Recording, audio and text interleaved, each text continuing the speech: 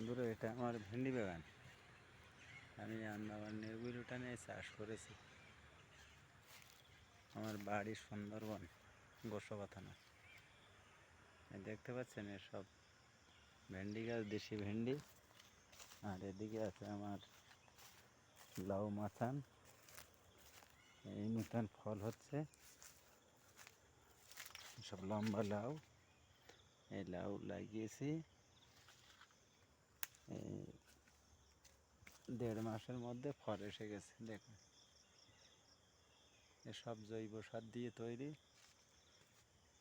আর এদিকে আছে আমার লোবিয়া খ্যাত, মানে বরবটি যেটাকে বলছে, এই হচ্ছে আমার লোবিয়া খ্যাত। এটা লোবিয়া সব কোদা